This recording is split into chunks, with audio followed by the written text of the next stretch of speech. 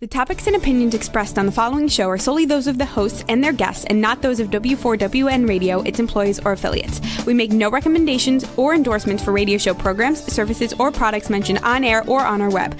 No liability, explicit or implied, shall be extended to W4WN Radio, its employees, or affiliates. Any questions or comments should be directed to those show hosts. Thank you for choosing W4WN Radio. This is Beyond Confidence with your host, Divya Parekh. Do you want to live a more fulfilling life?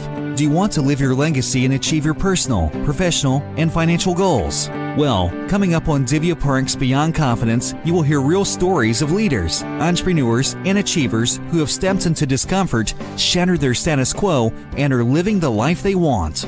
You will learn how relationships are the key to achieving your aspirations and financial goals. Moving your career or business forward does not have to happen at the expense of your personal or family life, or vice versa. Learn more at www.divyaparekh.com, and you can connect with Divya at contact@divyaparekh.com. This is Beyond Confidence, and now here's your host, Divya Parekh. Good morning, listeners. This is Divya, and I'm thrilled to be here with you. Yes, it's a new time that we have started out 10 a.m. on Tuesday mornings. So thank you for joining us today, folks. And just a quick couple of things I wanted to run by you. One is, if you have not got my books yet, either The Entrepreneur's Garden or one of 12, 13 books that I've written, but the two books that I am sharing are The Entrepreneur's Garden and Expert to Influencer, because the profits from those two books are going to entrepreneurs impacted by COVID-19. And for those who got their copies, thank you so much for your generosity. So appreciate you. And also, as always, I am requesting you to give 1 hour of your time every month without any strings attached, any conditions to someone, so that you can help. Think about it, just in US alone, even if 50 million or 75 million or 100 million people donated 1 hour of their time unconditionally for someone else's benefit, 100 million hours in a month, think what we could achieve from that. So folks, now is the time to take action and help somebody else. So let's invite our today's guest, Rafi. Hello. Welcome, Rafi. Thanks for having me. Oh, it's a pleasure to have you. So folks, Rafi is the black sheep of a family of performers. Interesting start. Rafi worked 6 years in marketing operations before starting his own business. He's passionate about helping would-be entrepreneurs overcome mental blocks so they can bring their ideas to life. In his spare time, he teaches acro yoga, snorkels, and makes gigantic soap bubbles. I love soap bubbles, Rafi. So it sounds like you are still having a corner in your heart that retains the childhood. Yeah, I would say that I never quite grew up. I love that. You know, it's not.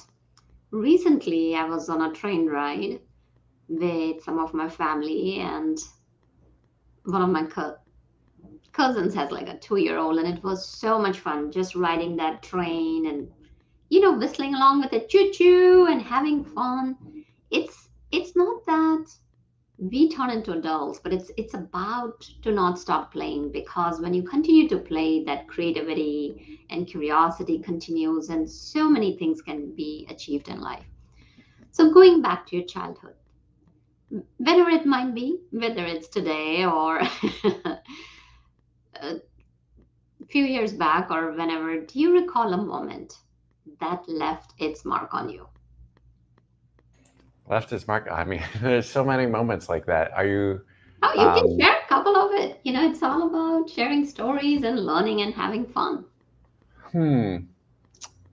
There's so many things to choose from. Well, you mentioned the bubbles thing, so I'll share that moment. So that was midterms final for accounting homework that brought me that childhood joy. I was in college, And I was desperate to find anything that would distract me from studying accounting homework. No offense to accountants. I have plenty of friends who are accountants. And I came across, I was Googling kittens and puppies and like whatever I could possibly online. And I came across soap bubbles. And the idea hit me, how big can I make these? And how big do bubbles get? And I stumbled across, the Guinness World Book of Records. And I'm like, this is amazing.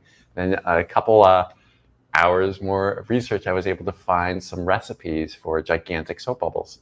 Long story short, at the next college fair or festival where all the students, get to play, I was performing in front of 400 students.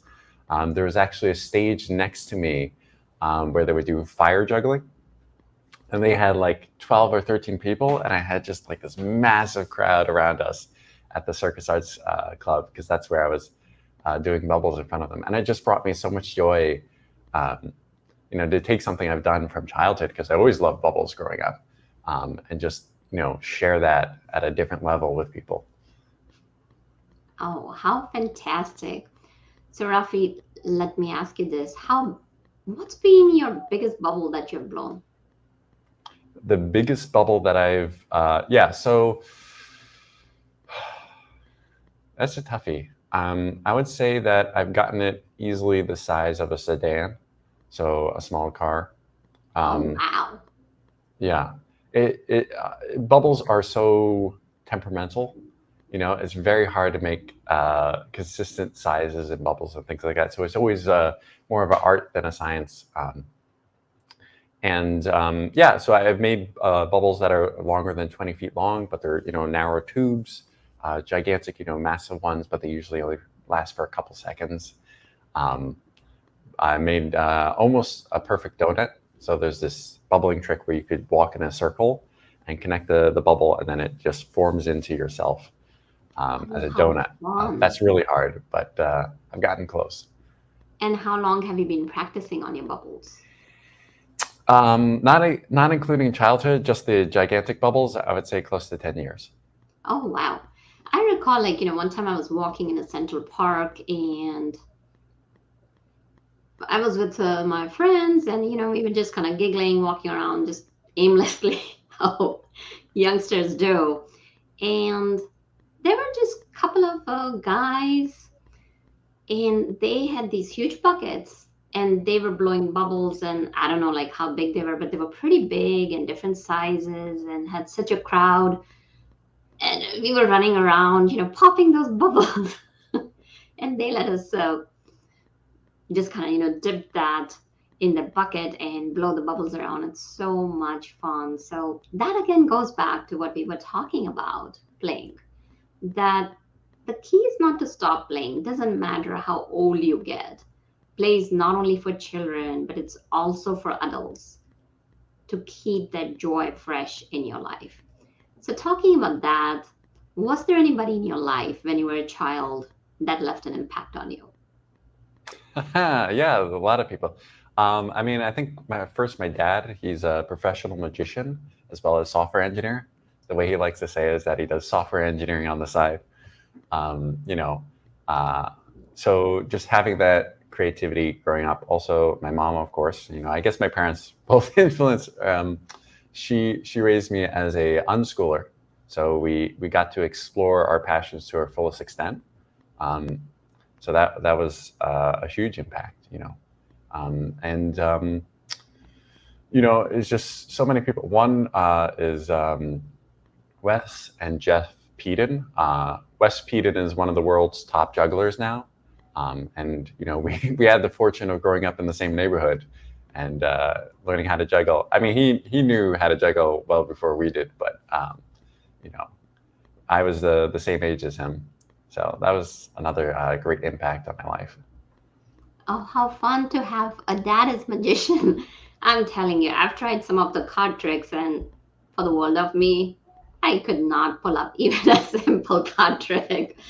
So hats off to your dad and all the magicians out there. It's such an art.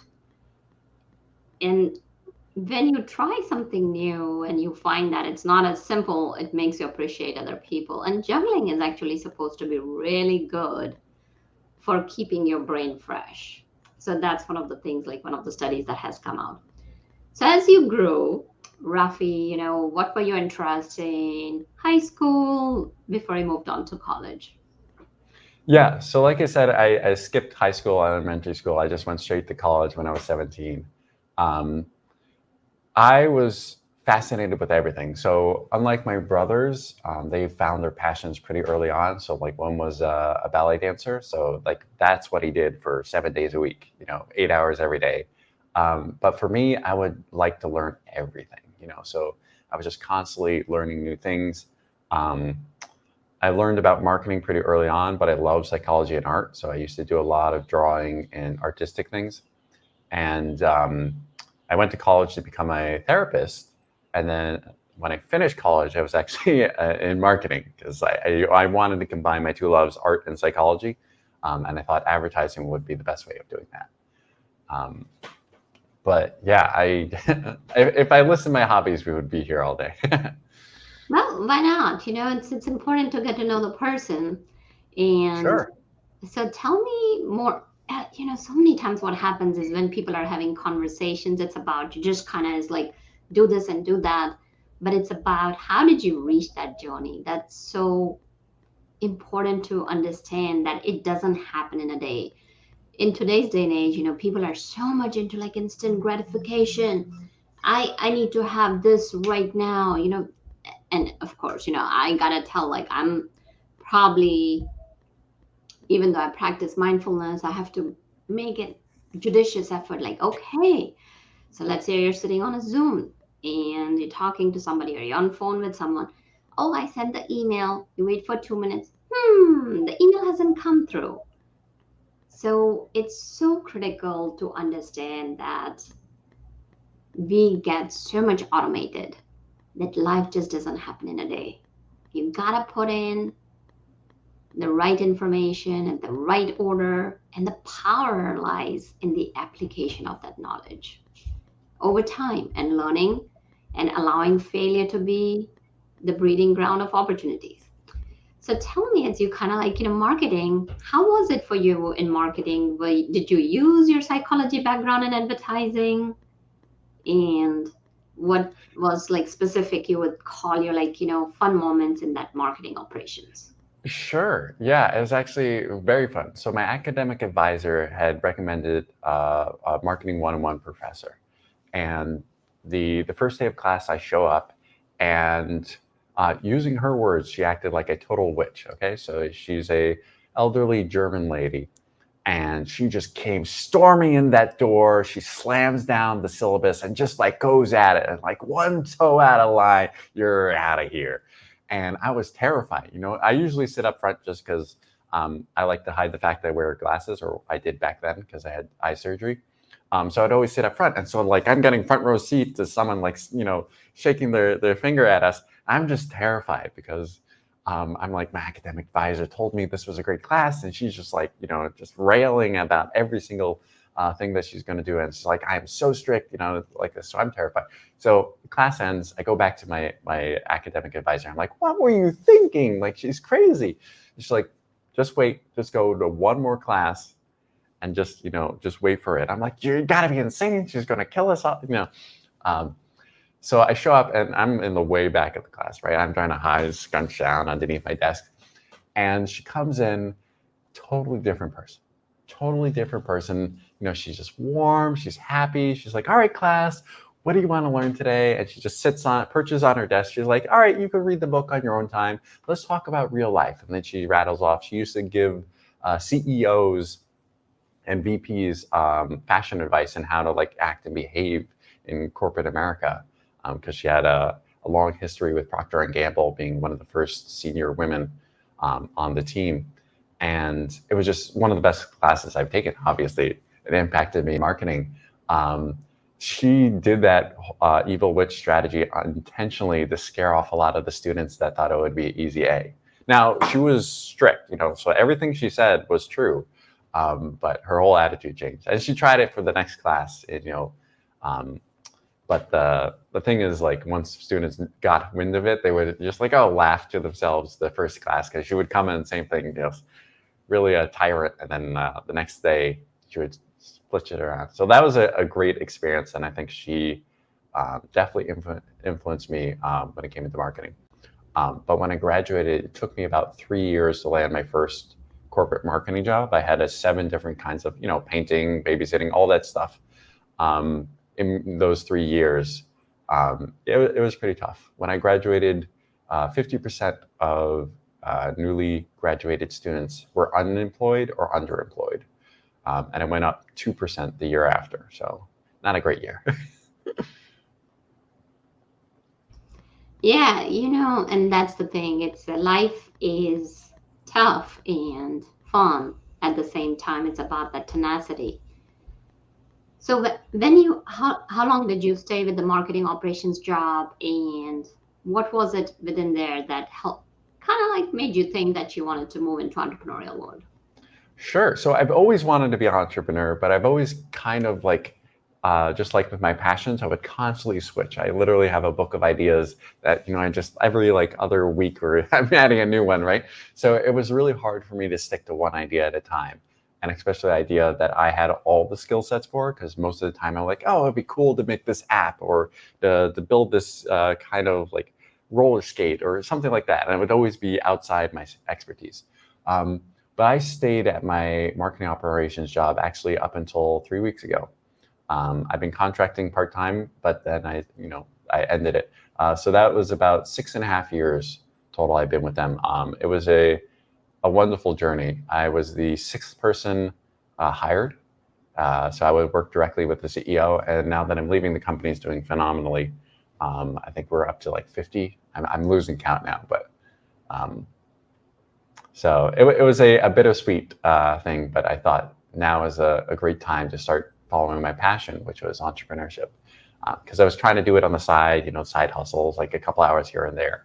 But one of my philosophies that I read, and I am trying to adapt, is that you don't need to work 40 hours on top of a full-time job in order to succeed. And I felt I had to kind of live proof of that, Absolutely. So I'm sure that as you decided you wanted to step into entrepreneurship, there might have been some blocks and obstacles and fears going through your mind. Can you share with us before we jump into how you overcame them, that what was those feelings and experiences that you were going through? Yeah, and I love sharing this. This is my passion. So I like to say that I was a procrastinator for 10 years, but now I procrastinate. And the distinction there is that I no longer identify as a procrastinator, right? It's just an action that I sometimes still do. And I think a lot of people have this assumption that these successful entrepreneurs or people that are just going nonstop and just working crazy hours is that they don't have, lacking confidence and the fear of what's going to happen if something messes up, that they just could just drive forward and just get things done. And I don't think that's the case with anyone, or at least with 99% of people. I think most people struggle with confidence issues or doubt just because everyone's doing something new in entrepreneurship, right?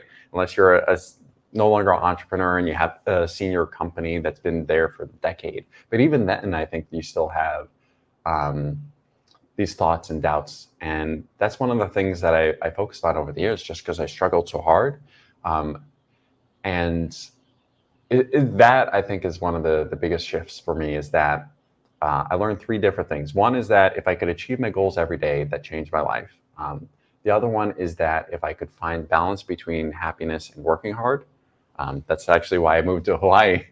And the third thing that I thought was really important is limiting the amount of time I work per day so that I could be more productive. Which is counterintuitive because you're shortening the time that you actually work. Well, actually, if you kind of take a look at the Pomodoro Technique, Yes. they do say that, work in chunks, and especially coming from a neuroscience background, if you take a short chunk of time, one of the things that I teach my clients about productivity is that take a 45-minute time. Think about when you were a kid and you had to take exam. You are given okay, so many answers, you gotta answer. And yes, it's putting pressure on yourself, but it's a good pressure unless it becomes so stressful that you cannot handle it. So if you think you need 2 hours, then give yourself that deadline that, okay, you know what? It's a 2 hour timeline. And after that, I'm going to go for a walk or even have that fun smoothie or some sort of a reward. Then it's almost like training your brain to work in chunks and recharging it. So working and recharging and resetting yourself. So let's explore your first principle. Tell us a bit more in details about that. Yeah, sure. So I have been exploring every self-help technique for productivity, motivation, all that for the last decade. And it took me 3 tries and about 3 years separated over the decade just to get the checklist technique. That's simply, you do something, you check it off that day. That's it. That's the whole technique. It's not complicated. And this is what I learned, is that the first time I decided to do push-ups, something really simple, right? And at the time I could barely do 10 and I just wanted to get to 20. But I did like the month challenge where you start with, 5 and then it goes up to like 15 the next day and then it goes up to 150 the next day. It's just ridiculous numbers. They used to make these monthly challenges. And I found that it worked, but then I quickly just stopped because it got too much too quickly. So the next iteration, I just had one more push-up than the day before. And I got to 200 push-ups a day. And this blew my mind. But as soon as I had a gap of like 11 days or more, it just dropped off, right? And it takes a lot of time I was doing construction at the time. So I would take breaks from construction to do the push-ups. So it wasn't a physical thing. It was just like a mental and physical, the time frame to just get all those push-ups done. And for years, I'm like, why is it so hard once I have that first initial gap where you skip a couple days because life happens? It's so hard to get back on the bandwagon. And it wasn't until 2 years ago where I tried it again, where I set a rule of 80%. And that's just arbitrary, but I said, I'm only going to work on my ideas 80% of the days out of the year. And that changed my life, because every time I was struggling with motivation or, the confidence to get something done, it could be like at midnight, the day, 11:59. And I'm like, oh, I'm so exhausted. But the idea that I could easily take a vacation day, out of that 80%, 20%, that changed everything, because all of a sudden it was an option for me to keep the streak going of, how many days in a row I've been able to work.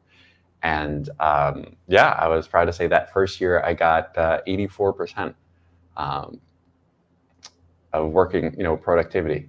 And that just means that I worked every single day for 84% of the year. This year, I think I'm at 94%. But the goal, again, is achieving balance. It's not getting to 100%, because that I think is unhealthy. So that's beautiful, because when you talk about 80% rule, actually, there's another rule. I mean, there's so many rules out there, we could sit here and talk about the rules all day long. Pareto's law, that 20% of your work gives you 80% of the results. So as you're talking about 80% and allowing that 20% of downtime, finding that balance, so it goes back again to what you talked about, doing too much, too fast. Just gradually increasing that, okay, for 5 days you've done 5 push-ups, or first week 5 push-ups. Then the next week doing 6 push-ups. So it's easy to transition, starting out with small and rewarding. So that's beautiful. So tell us, as to now you're stepping fully into entrepreneurship, where do you see yourself in a year?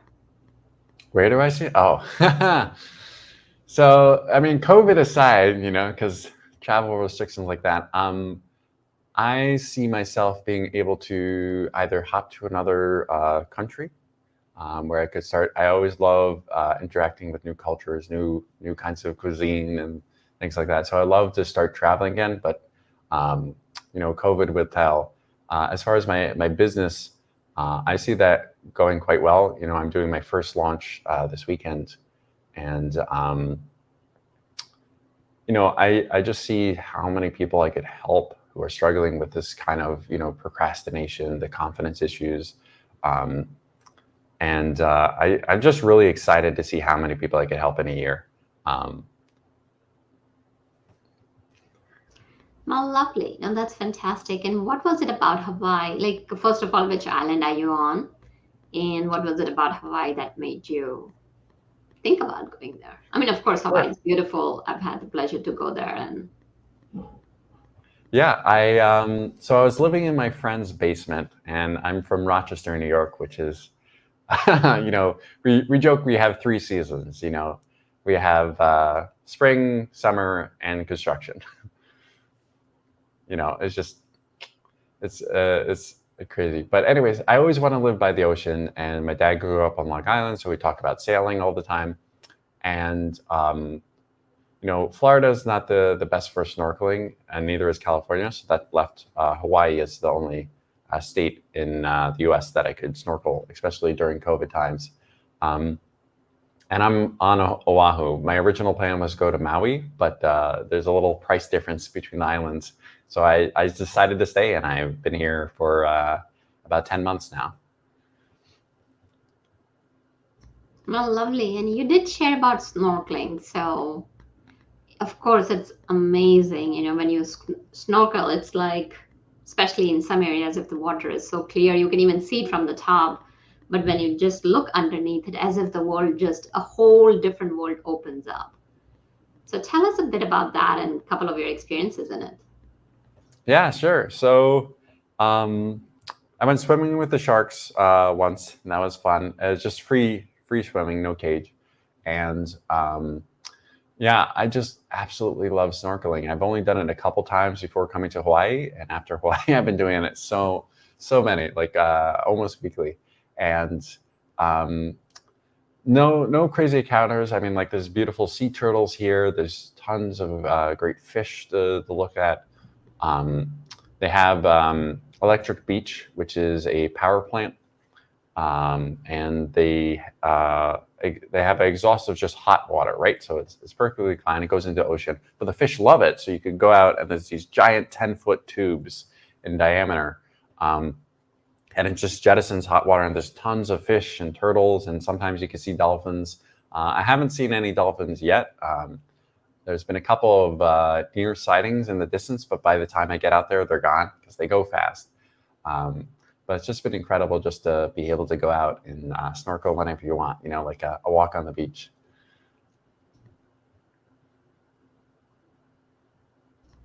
Absolutely. So let me ask you this, while you were in the corporate world and here you are now, so tell us, how did your priorities shift? And what was it that shifted in your mindset that you could go after those priorities that changed? Yeah, and I think you alluded to this earlier in our conversation. It wasn't a overnight, light bulb turn on. All right, I'm done. I'm ready to quit. No, it was a gradual, slow exercise, just as simple as doing like 1 push-up a day.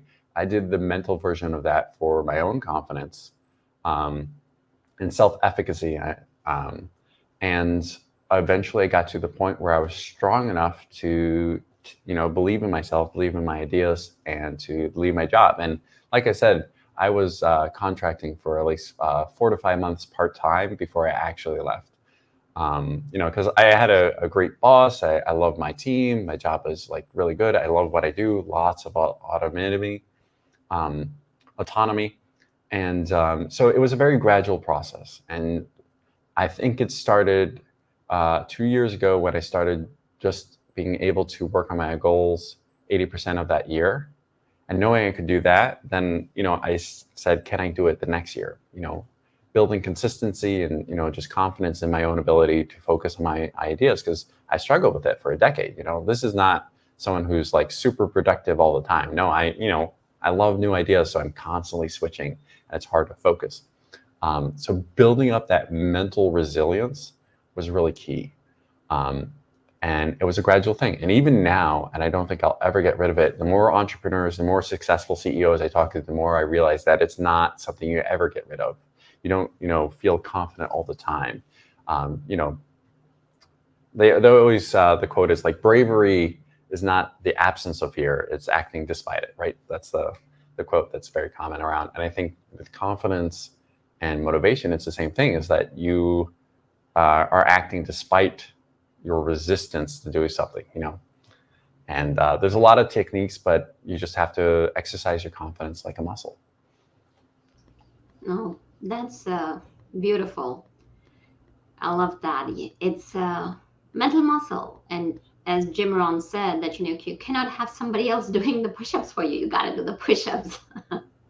Yeah. Same thing. Yeah, I think that's a great thing, because that's something I've actually been struggling with, because until very recently, I came to the conclusion that for me, I work harder when I'm with other people. And actually, there's a lot of studies showing that, collaborative efforts, if you think you're working with a group, increases your productivity, your success rates, your engagement by like 64% of this one study, 64% of people reported those gains. Just thinking that they were part of a group and helping out. They didn't actually get interaction with the other people in the study. They just thought it. And I realized that last year, that the idea that I needed to work with other people. And so like, why am I doing a solo thing? I think it's really important for people to find what those key motivators, like it took me 3 years to get the checklist technique, right? So I think it's less about taking shortcuts and more about just experiencing what works for you. Absolutely. So let's say somebody's getting ready to start out to become an entrepreneur. What are a few things that should be non-negotiable as they transition into becoming an entrepreneur? Non-negotiable. I mean, I think that's the beauty of entrepreneurship. But if I were to say, like, here's the 3 things that I would really hold on to and focus on, it would be social support. I think so many of us try to jump into entrepreneurship without connections to existing entrepreneurs or existing millionaires, CEOs, things like that. And we don't have people to go to that can relate to us. I mean, we have friends, we have family, loved ones, but they're not, unless they've been an entrepreneur, in the same situation, and they can't really relate. And so that was a struggle for me a long time. So I think rather than just jump right in, I would find your connections and grow them. I mean, you could jump in, but like one of the primary things that you should do is connect with other people, right?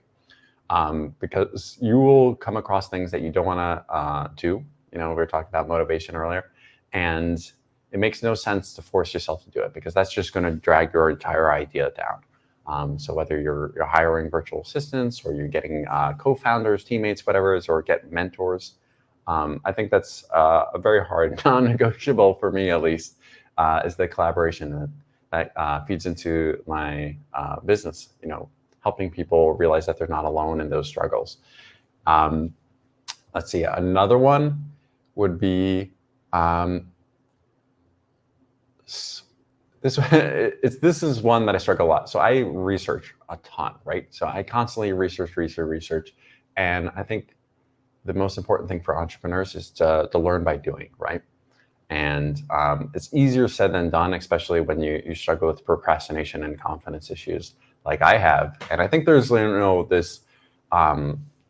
this story where everyone's trying to focus on the habits and the success and the mindsets of the top 1% or the top 3% of entrepreneurs. And I think the reason that there's the top 1 or 3% of entrepreneurs is that they're a specific personality type. And so their methods, their habits, waking up at 6 a.m. and doing the morning rituals, that works for them. But there's clear studies showing that if a night owl tried to wake up early, they would just get worse. They wouldn't get better. And I think there has to be a lot more research around what habits work for what personality type, And that, I think, is another non-negotiable for entrepreneurship, is realizing these great success stories and things like that. Yeah, sure, learn from them. Try to imitate the parts that resonate with you, but understand that everyone's different. And while there's tons of paths that lead to success, it's more about which ones you're willing to walk the entire journey. Now, definitely brought in some couple of very good non-negotiables and a couple of non-negotiables that I'd love to share out as well. Listeners, if you're listening, is one is it's not just about having motivation. It is about looking at your motive for the actions you want to take. What is the why?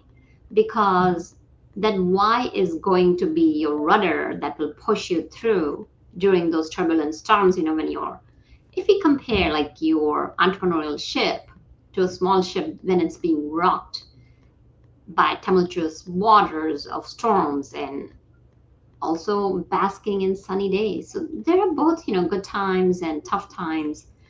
So it's really, really important. And Rafi, you shared something really good about the non-negotiables. Having that connection, having that support, it's so critical because without having that support, it's hard to move forward. It's important to know what is it that you cannot do. It is important to know what is it that others can help you do. And it just doesn't mean that you cannot trade or barter or, even create a support system where you're helping, forming that part of a mastermind. So some great ideas there. So we talked about non-negotiables.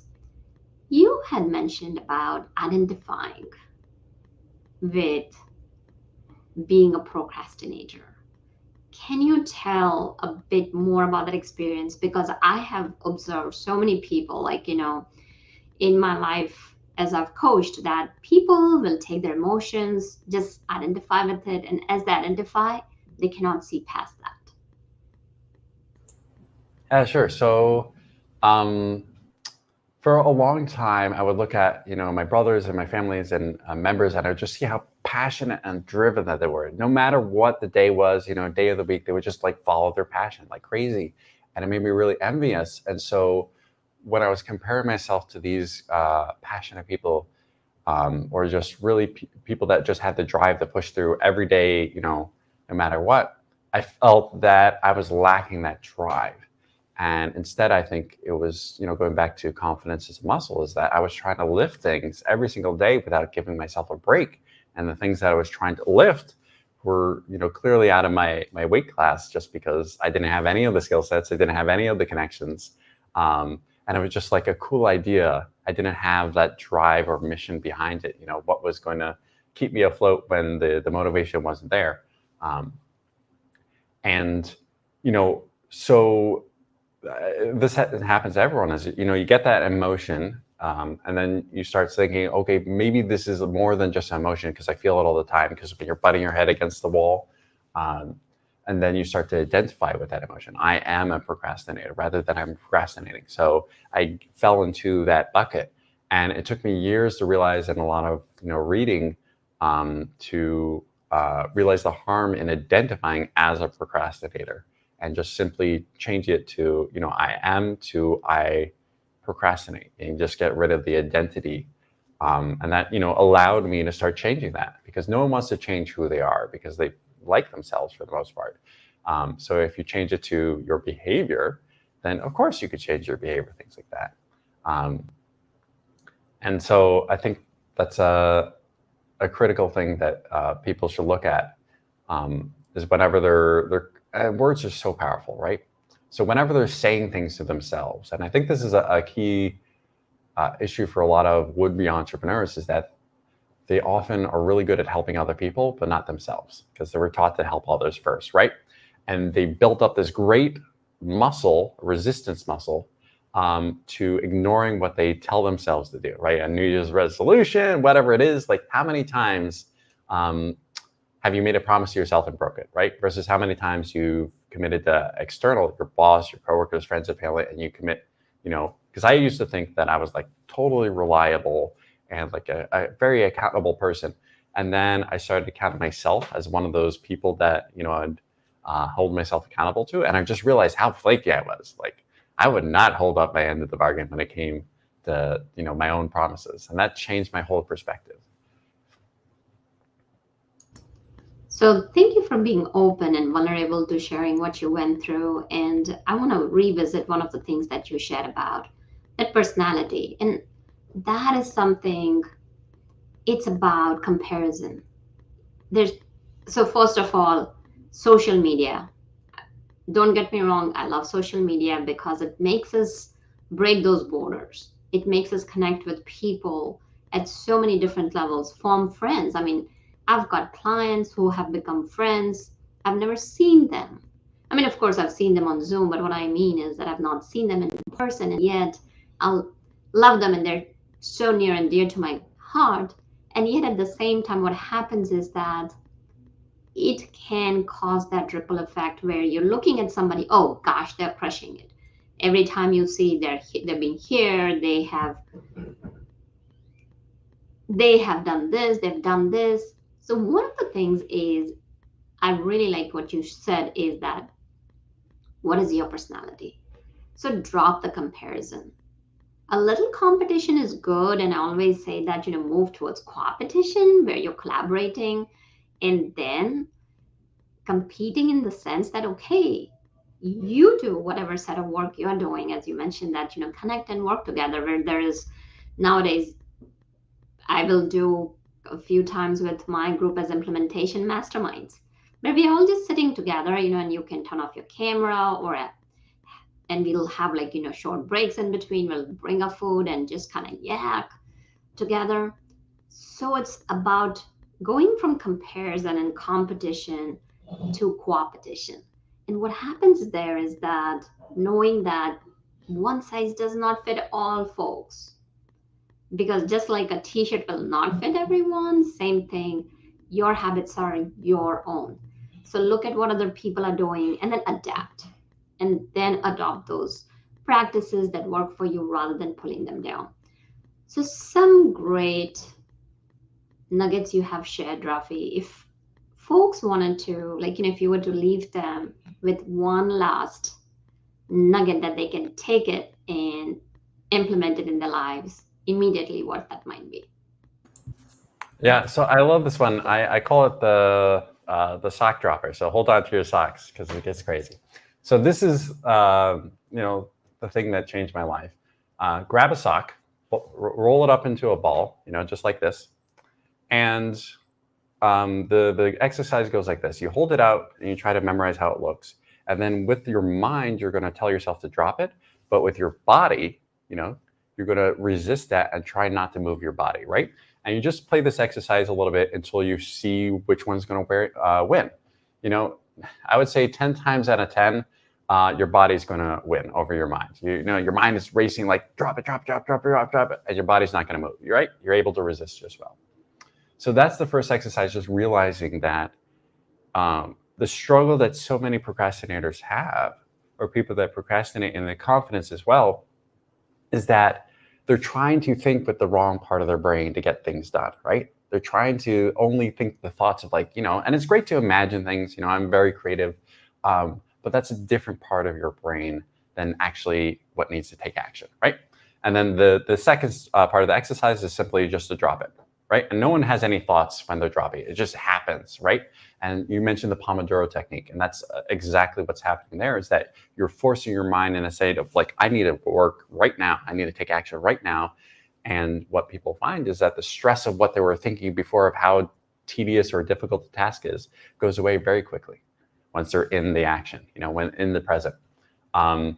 And I always say that everyone can drop a sock, right? If you're able to miss the floor, then you have bigger issues like gravity, but every single person I've done this exercise to, they're able to drop that sock. And I'm like, well, if you could drop a sock, then you could, drop it again and improve on it. They're like, oh yeah, I could do that.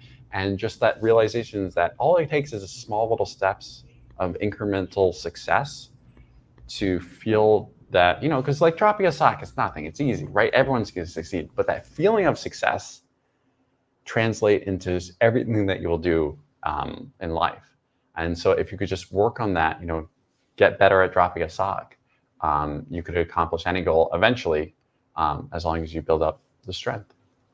That's beautiful.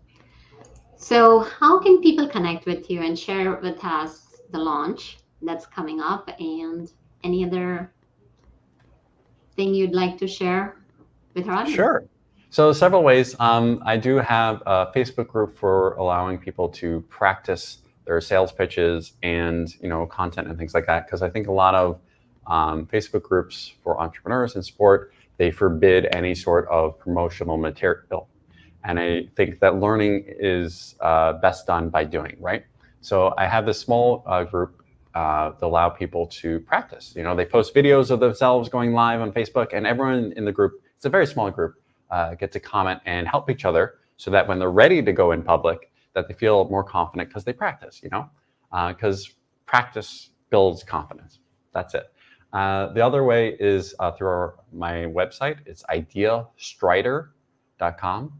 And the launch I'm going to be doing this Saturday is a webinar that talks about the importance of collaboration.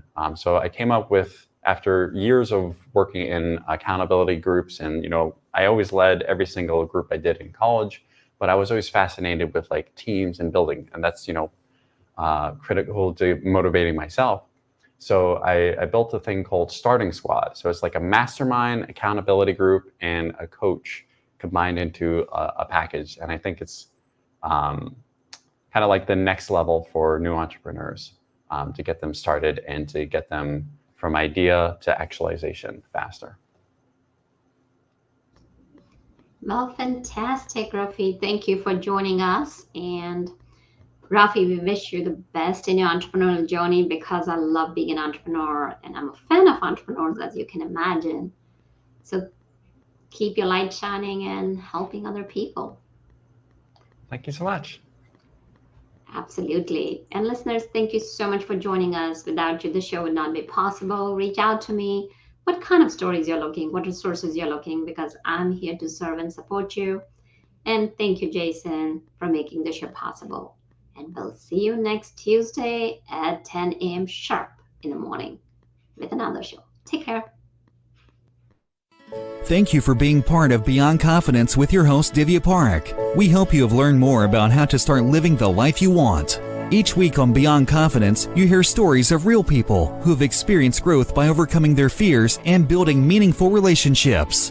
During Beyond Confidence, Divya Parekh shares what happened to her when she stepped out of her comfort zone to work directly with people across the globe. She not only coaches people how to form heart connections, but also transform relationships to mutually beneficial partnerships as they strive to live the life they want. If you are ready to live the life you want and leverage your strengths, learn more at www.divyaparekh.com. And you can connect with Divya at contact@divyaparekh.com. We look forward to you joining us next week.